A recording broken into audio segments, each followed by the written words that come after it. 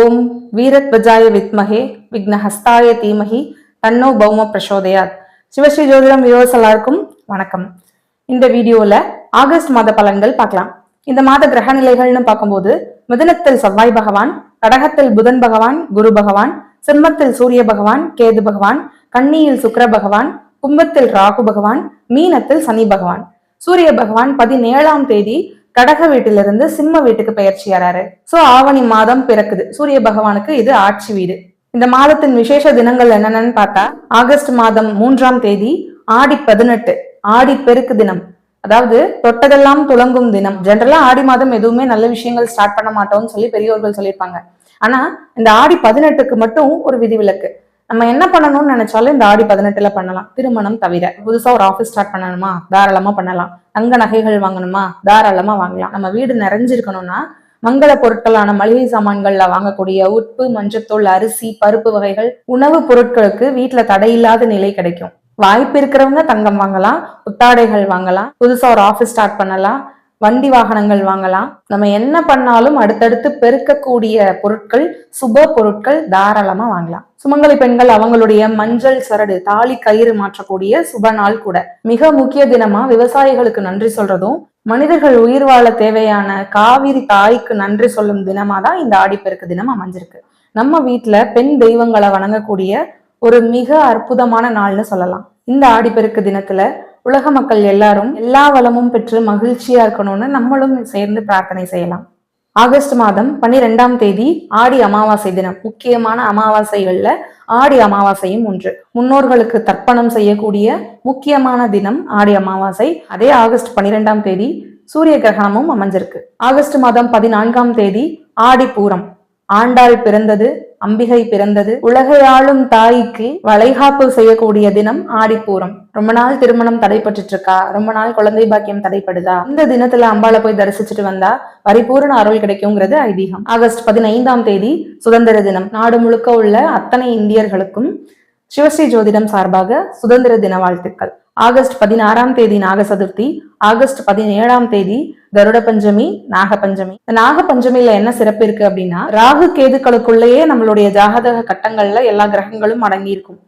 So அப்படி ராகு கேதுக்களுக்குள்ளேயே அத்தனை கிரகங்களும் அடங்கியிருந்தா கால சர்ப்ப தோஷம்.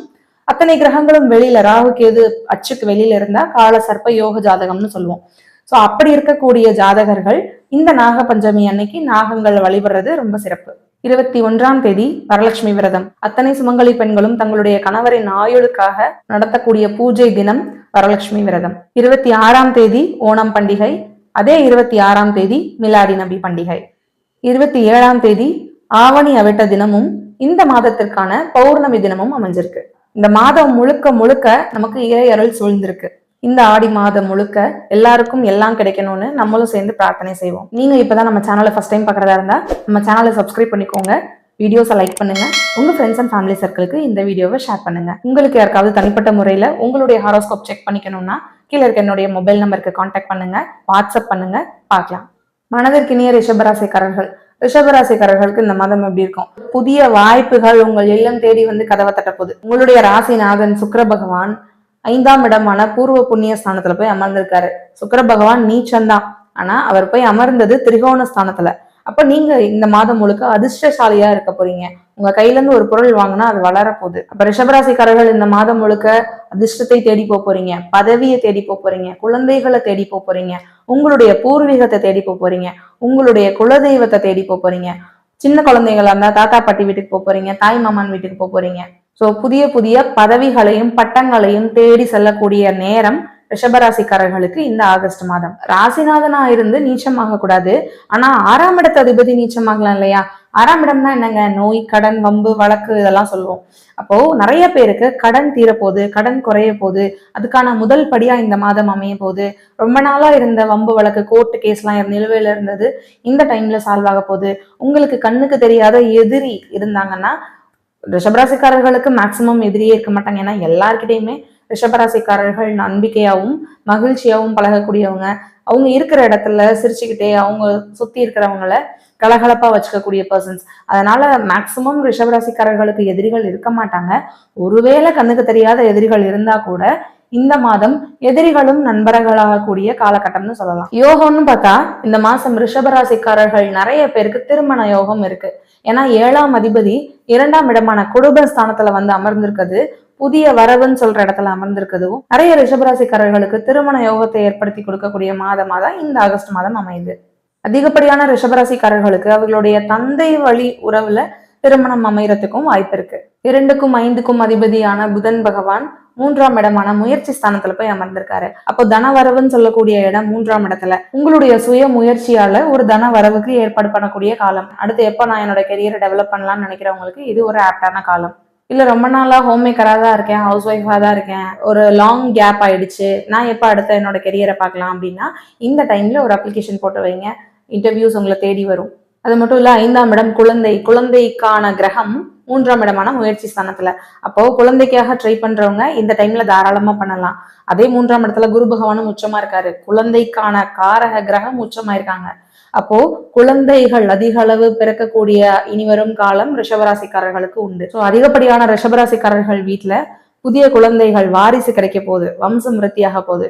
நான் ஆல்ரெடி சொன்னேன் 5ஆம் இடம்னா பதவி பட்டம் எல்லாம் உங்களுக்கு தேடி வரப்போகுதுன்னு சொல்லி. உங்க காலேஜ்ல ஒரு ஸ்டூடெண்ட் எலெக்ஷன் நடந்தாலும் சரி, இல்ல உங்க ஏரியால ஏதாவது ஒரு தலைவர் பொறுப்புக்கு எலெக்ஷன் நடந்தாலும் சரி, ஜென்ரலா ஸ்டூடெண்ட்ஸே இந்த டைம்ல கிளாஸ் லீடரை சூஸ் பண்ண போறாங்க அப்படின்னாலும் சரி, நிறைய ரிஷபராசிக்காரர்களுக்கு அந்த லீடர்ஷிப் குவாலிட்டி இந்த டைம்ல இருக்கு. ப்ரமோஷனுக்காக ட்ரை பண்றேன், இந்த டைம்ல எக்ஸாம் அப்ளை பண்றேன், இல்ல இந்த டைம்ல ஒரு இன்டர்வியூ அப்ளை பண்றேன், இல்ல இதுக்காக ஹெச்ஆர் மீட் பண்ண போறேன், தாராளமா பண்ணுங்க.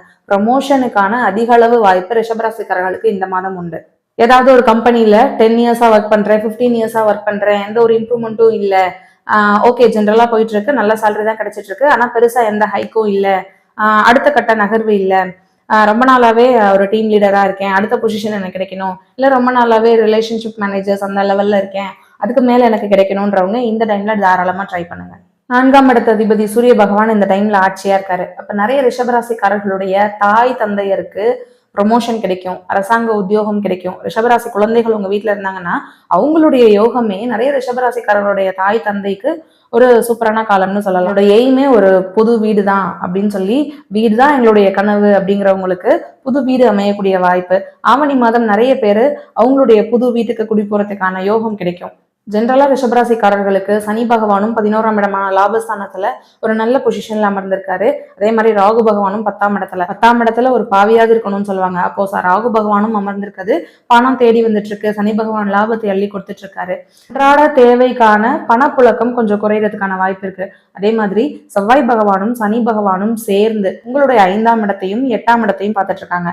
அப்ப நமக்கு பணம் கிடைக்கிற, பெரிய பணம் கிடைக்கிற ஸ்தானங்கள்ல 5ஐயும் 8ஐயும் சொல்லுவோம்.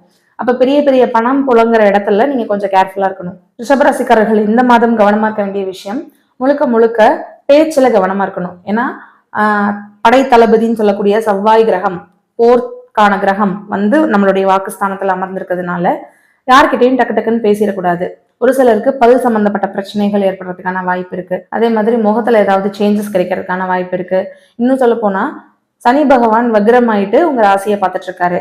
அப்போ ஒரு சிலருக்கு லேசினஸ் அதிகமாகலாம். ஸ்டூடெண்ட்ஸா இருந்தாலும் 10 days லீவ் கிடைச்சிருக்கு, 1 week லீவ் கிடைச்சிருக்கு, என்னுடைய ஸ்டடீஸை என்னுடைய ஹோம் ஒர்க்ஸை நான் லாஸ்ட் நாள் பார்த்துக்கிறேன்னு சொல்லிட்டு நிறைய பேர் தள்ளி போட்டுட்டே இருப்பீங்க. நாளைக்கு பண்ணலான்னு. அல்லது உங்களுக்கு ஒரு ஒர்க் அசைன் பண்ணியிருக்காங்க உங்க ஆஃபீஸ்ல, ஒரு முக்கியமான ஒர்க் உங்களுக்கு கொடுத்துருக்காங்க, 1 week டைம் கொடுத்துருக்காங்கனாலும் உங்களுடைய ஒர்க்ஸை உடனே கம்ப்ளீட் பண்றது நல்லது. ஏன்னா நாளைக்குன்னு தள்ளி போட்டு கடைசி நேரத்தில் உங்களால அதெல்லாம் கம்ப்ளீட் பண்ண முடியாத சூழ்நிலை கூட ஏற்படலாம். ஸோ இந்த மாதம் ரிஷபராசிக்காரர்கள் வழிபடக்கூடிய தெய்வம், ஒரே தெய்வம், முழு முதற் கடவுளான விநாயகர் வழிபாடு. ஏன்னா விநாயகர் மட்டும்தான் எந்த கஷ்டம் வந்தாலும் எந்த தடைகள் வந்தாலும் நம்மள்கிட்ட அதெல்லாம் இருந்து விலக்கி கொடுப்பாரு. விநாயகர் மட்டும்தான் தலையே போனாலும் இன்னொரு தலையை வச்சு பழிச்சு வந்தவர்.